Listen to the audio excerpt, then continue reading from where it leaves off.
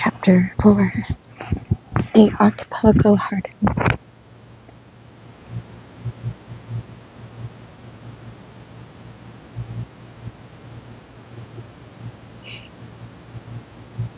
And the clock of history was striking in 1934 at the January plenum of the Central Committee and Central Control Commission of the Soviet Communist Party.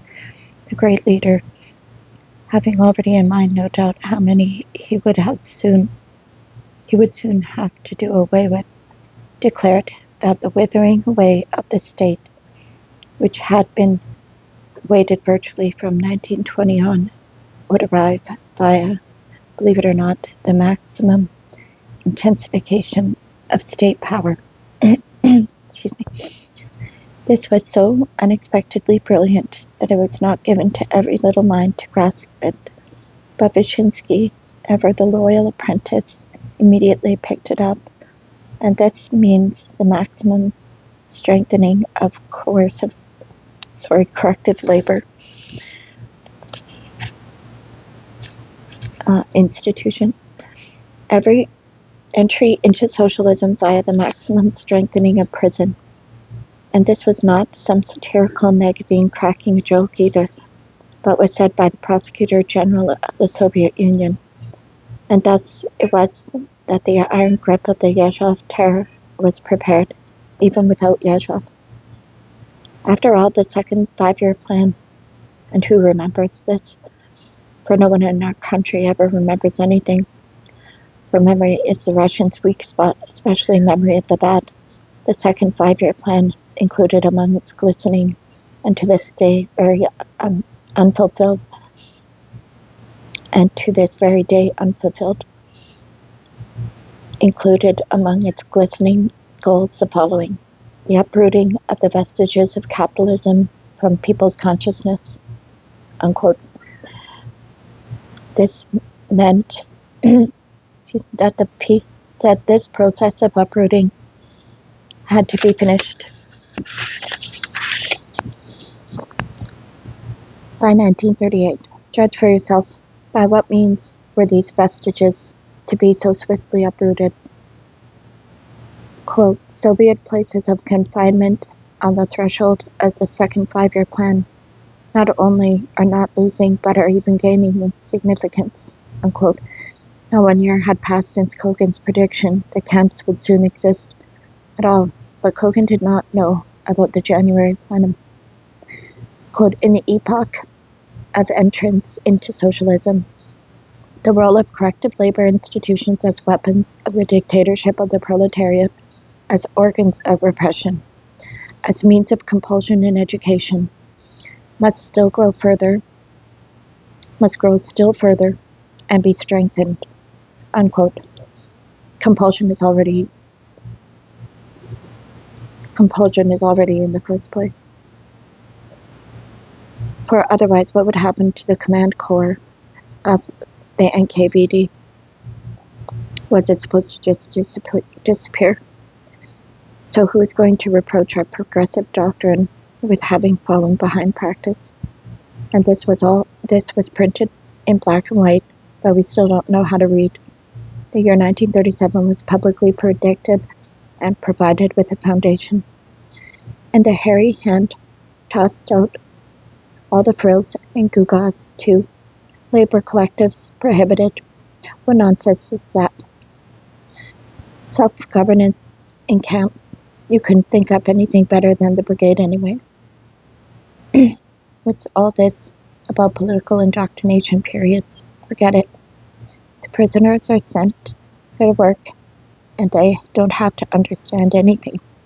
At Ukta, they had proclaimed the liquidation of the last multiple bunk. This was a political mistake, where the prisoners to be put to bed on cots with springs. Abolish that before anything. Cram them on the bunks twice as quickly. Time off sentences, abolish that before anything. What do you want? That the court's work should go for nothing? And what about those who already have credits towards time off sentence? Consider them cancelled. 1937. They're still permitting visits in some camps, forbid them everywhere. Some prison or other permits a priest's body to be turned over for burial outside prison. You must be insane. You are providing an opportunity for anti-Soviet demonstrations. There must be an exemplary punishment for this, and make it clear that the corpses of deceased prisoners belong to GULag, and the location of graves is top secret. Professional and technical courses for prisoners. Dissolve them. They should have done their studying in freedom. And what about VT? Okay. Anyway, over Kalinina's signature. And we don't have a GPU. We have an NKVD. And they return to freedom. Let them study their own. Graphs, diagrams, tear them off the wall, and whitewash the walls. And you don't even have to whitewash them. What kind of payroll is this? Wages for prisoners? A GULag circular dated November 25, 1926. 25% of the wages of a worker are equivalent skill in state industry. Shut up and tear it up. We are robbing ourselves of wages. A prisoner should be paid. Let him say thank you he wasn't shot. The corrective-labor code of 1933. Forget it. Once and for all. Take it out of all camp safes.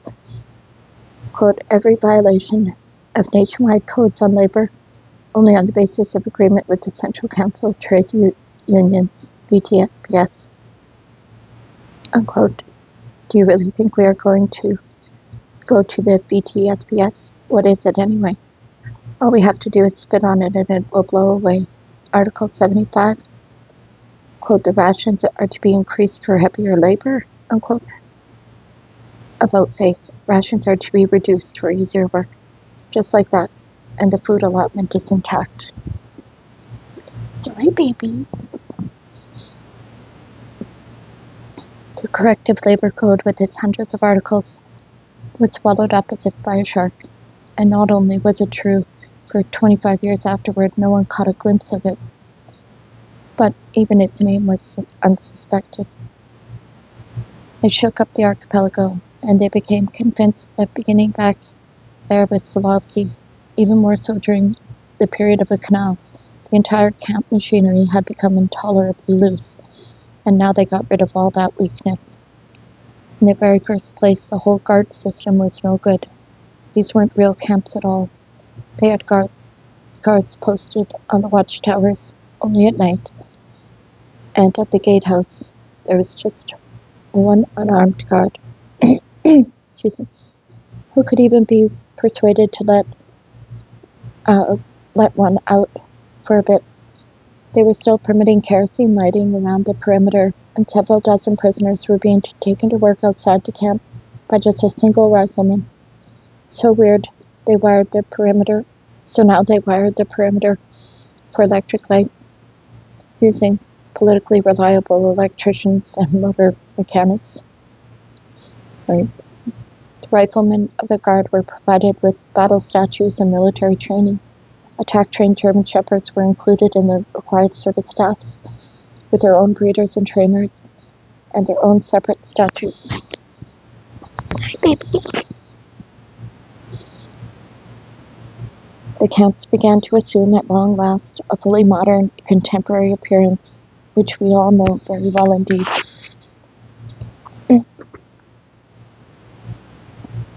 This is not the place to list the many small details of daily life in which the camp regimen was made stricter and tightened up, and the many cracks that were discovered by which freedom could still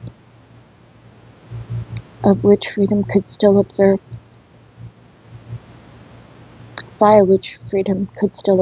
the archipelago. All those ties were now broken off, and the cracks were filled in, and the last few observers' commissions were expelled.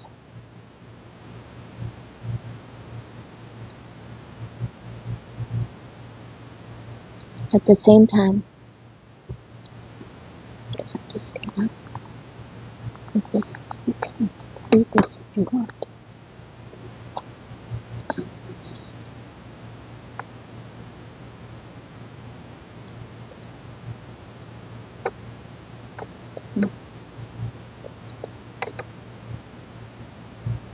It's quite interesting.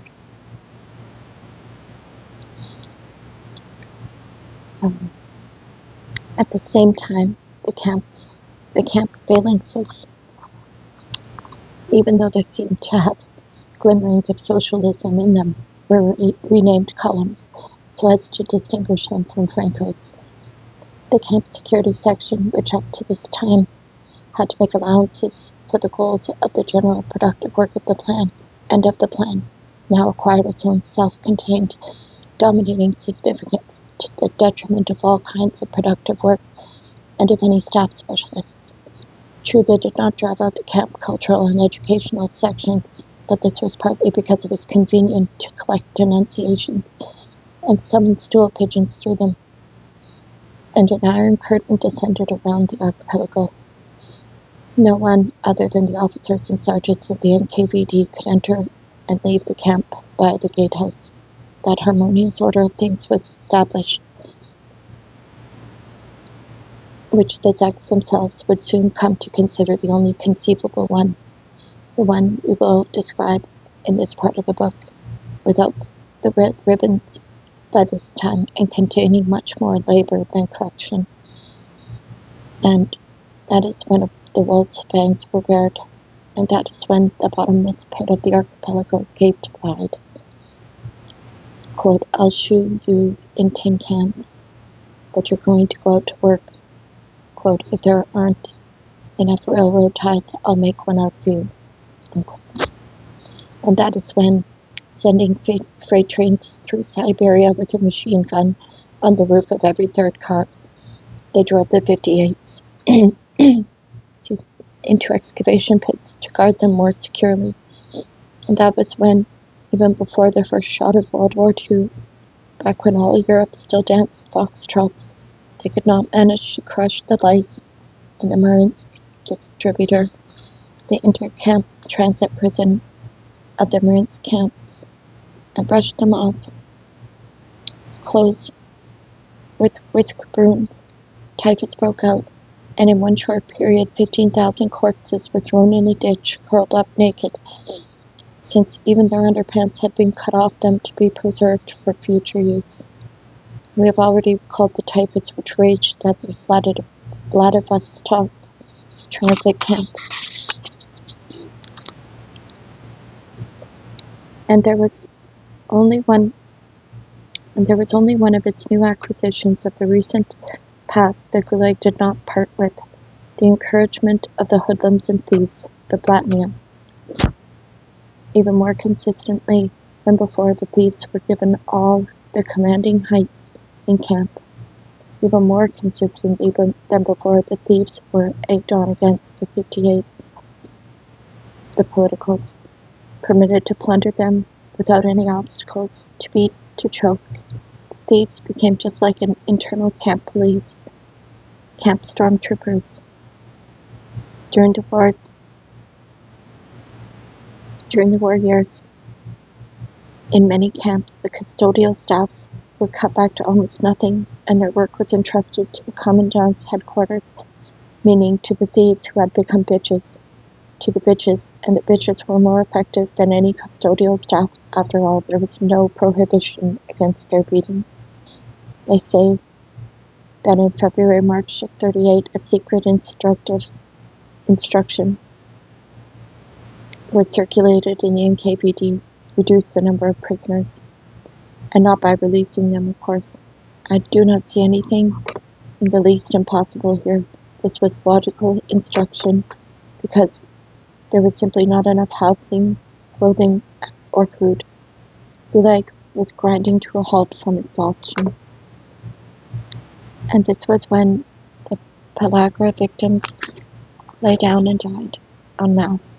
And this was when the chiefs of convoy began to test the accuracy of machine gun fire by shooting and stumbling at the stumbling Czechs.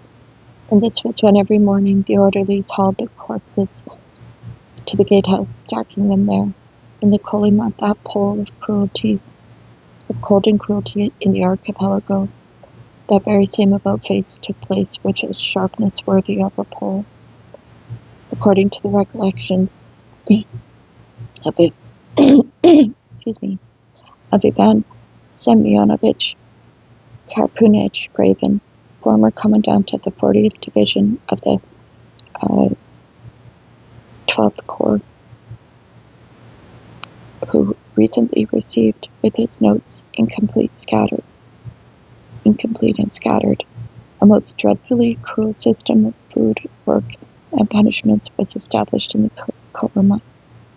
The prisoners were so famished that at Zarashny Spring they ate the corpse of a horse which had been lying dead for more than a week, and which not only stank but was covered in flies and maggots.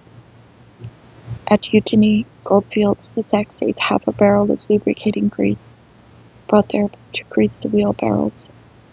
At Milka, they ate Iceland moss, like the deer.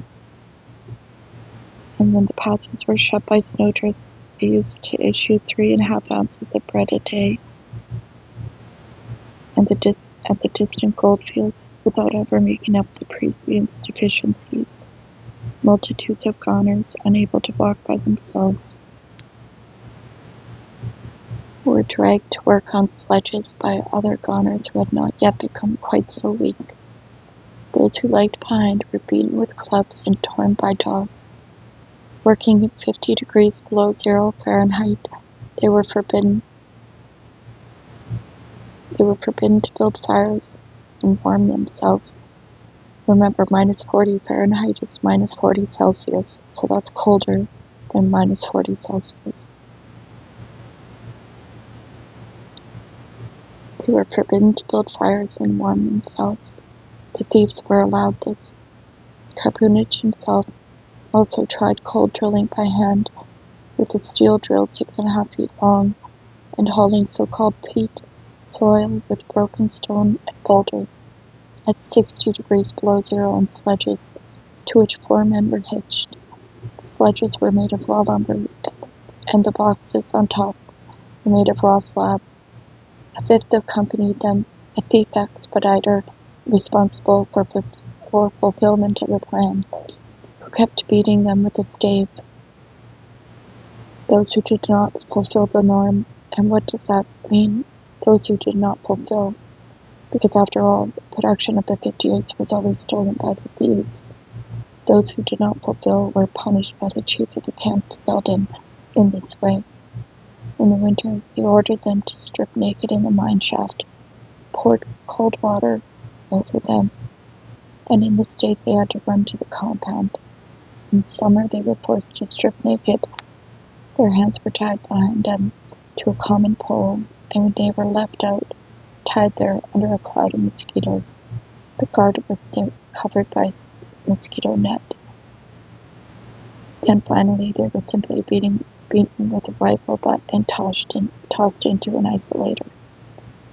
Some will object that there was nothing new in all this and no development, that this was a mere primitive return from the noisily educational canals to the directness of Solovki. But perhaps this was a Hegelian triad: Solovki, Bilimo, Kolyma, thesis, antithesis, synthesis, the negation of a negation, but enriched. For example, here are the death carriages, which so far as can be learned did not exist on Solovki. This is according to recollections of Karpunich at Marasny Spring, 41 miles along the Strednikin Trail. For an entire 10-day period, the chief tolerated non-fulfillment of the norm. On the 10th day, only on the 10th day did he imprison in the isolator on a penalty ration those who had failed to fulfill, and then had them taken out to work again. But whoever did not fulfill the norm even in these circumstances, was given the carriage, a frame of 16 by 10 by 6 feet, on a tractor sledge made of rough beams, fastened together with construction staples, a small door, no windows, and inside nothing at all, not even any bedboards, and in the evening, those to be punished sunk into a torpor, and already indifferent, were taken from the penalty isolator and packaged into the carriage, locked in there with an enormous lock and hauled off by tractor to a vale 2 to 3 miles from camp. Several of those inside cried out, but the tracker unhitched them and left them there for a day. Tractor. After a day it was unlocked and the corpses were tossed out. The winter storms would bury them. At Milka, a subordinate camp of Elgin, under Chief Averbakh, the punishments for women who failed to fulfill the norm were lighter, simply an unheated tent in winter, but one was allowed to go outside and run around it, and at haytime under the mosquitoes, an unprotected wattled shack, the recollections of Salzburg. The intensification of the cruelty of the Colombo regime was outwardly marked by the fact that Garanin was made the chief of the U.S. GULag, the administration of northeastern camps, and that the divisional commander of the Latvian riflemen, E. Berezin,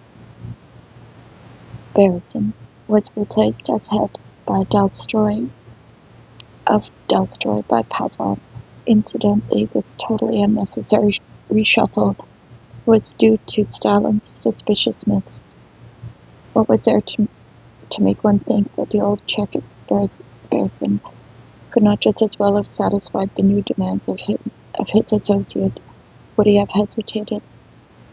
At that point, they abolished the remaining days off for the 58s and lengthened the summer workday to 14 hours, came to consider 50 and 60 degrees below zero Fahrenheit suitable for work, and allowed work to be cancelled only on those days when the temperature was lower than 65 degrees below zero Fahrenheit. And because of the caprices of individual chiefs, some took the prisoners out for work even at 75 below. At the Gorny goldfields, plagiarizing Solovki once more, those who refused to go out to work were tied to the sledges and hauled thus to the mine fate. It was also accepted in the Kolyma that the convoy was only present to guard the prisoners, but was not only present to guard the prisoners, but was also answerable for their fulfillment of the plan, and therefore had to avoid dozing and continue slave driving them internally. And then, too, the scurvy finished off many, without any help from the administration. But all that was too little, insufficiently strict, and the number of prisoners wasn't being sufficiently reduced. And so the Garrigan shootings began, which were outright murders, sometimes to the roar of tractors, sometimes without.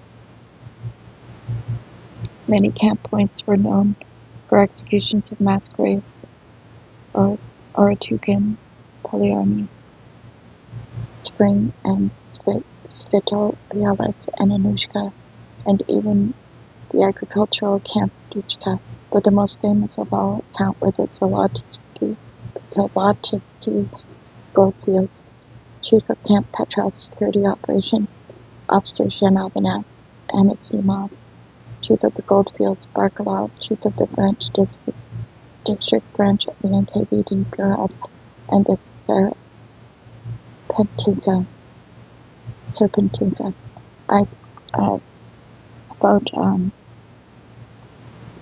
They were taken out to the sound of tractors in Shalamov's Kolyma tales, he tells they used to take them out on this path behind the shed, and then the shooting could be overheard by the sound of whatever was going on. That really rings a bell. I'll have to read that if I can after, because the writing is very haunting. Or maybe the stories are haunting, or maybe both. Absolute Solzhenitsyn. They used to summon a brigade from the mine gates in broad daylight and shoot the members down one after another. Sounds like mercy at this point. And this was not a substitute for night executions. They took place too. When the chief of GULag, Nikolai Andreevich Aleksandr arrived, he liked at line up to pick out some brigade or other which had been at fault for something or other, and order it to be taken aside. And then he used to empty his pistol into the frightened, crowded mass of people, accompanying the shots with happy shouts. The corpses were left unburied. In May they used to decompose, and at that point the goners who had survived until then were summoned to cover them up in return for a beefed-up ration, even including spirits. At the Serpentinka, they used to shoot from 30 to 50 men every day under an overhanging roof near the isolator. They dragged the corpses off behind a hill on the tractor sledges. The tractor drivers, the stevedores, and the grave diggers lived in separate barracks, and Goranin himself had been shot. They shot all of them after Goranin himself had been shot all of them too. And another technique was used there. They led them up to a deep shaft, blindfolded, and shot them in the ear or the back of the head. I'm surprised they shot them at all, and didn't just push them in there to save a bullet. No one mentions any resistance whatsoever. They shut down the Serpentinka and leveled both the isolator there and everything connected with the shootings, and filled in those shafts as well. At those same gold fields, where no executions were conducted, notices were read aloud or posted with the names in big letters and the alleged causes in small letters. Quote, for counter-revolutionary propaganda, for insulting the convoy, or for failure to fulfill the norm. Unquote. The executions were stopped primarily because the plan for getting out the gold was not being fulfilled, and because they could not send new groups of prisoners across the frozen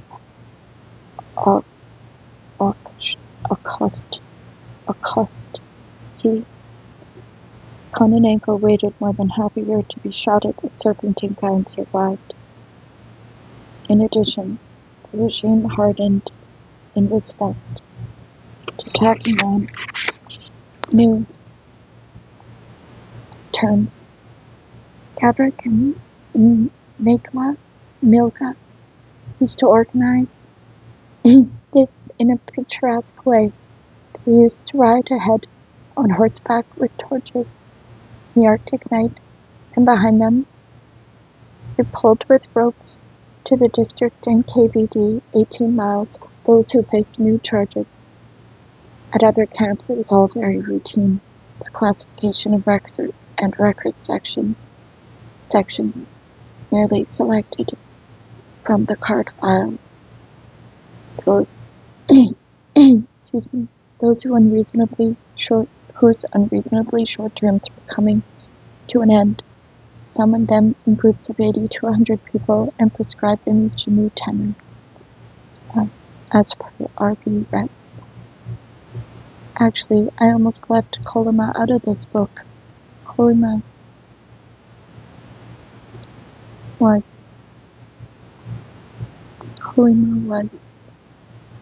a whole separate continent of the archipelago, and it deserves its own separate histories. Yes, and Kolyma was fortunate. Varlam Shalamov survived there and has written a lot. Evgenia Yevgenia Ginsburg survived there, and Oles Klyosberg, Surovetsova,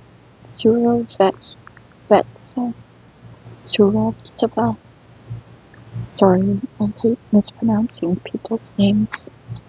I want to honor them by saying their names right. Grankina and others, all of them have written memoirs. I only permit myself to cite here several lines of Varlam Shalamov's on the Garanin executions. This is a quote from Shalamov. For many months there, day and night, at the morning and the evening checks, innumerable execution orders were read out. In a temperature of 50 below zero, the musicians from among the non-political offenders played a flourish. Before and after each order was read, the smoking gasoline torches ripped apart the darkness. The thin sheet on which the order was written was covered with hoarfrost, and some chief or other who was reading the order would brush the snowflakes from it with his sleeve so as to decipher and to shout out the name of the next man on the list of those shot. And so it was that the Archipelag completed the second 5-year plan, and it would seem entered socialism. Isn't that beautifully written by Shalamov? I mean, I think the Russians really do have a way with words. There is something about it, about the translation to English. It's so beautiful. I don't know, I'm always taken by it. That's why I keep reading it. We'll stop there. Thank you for listening. Have a good night.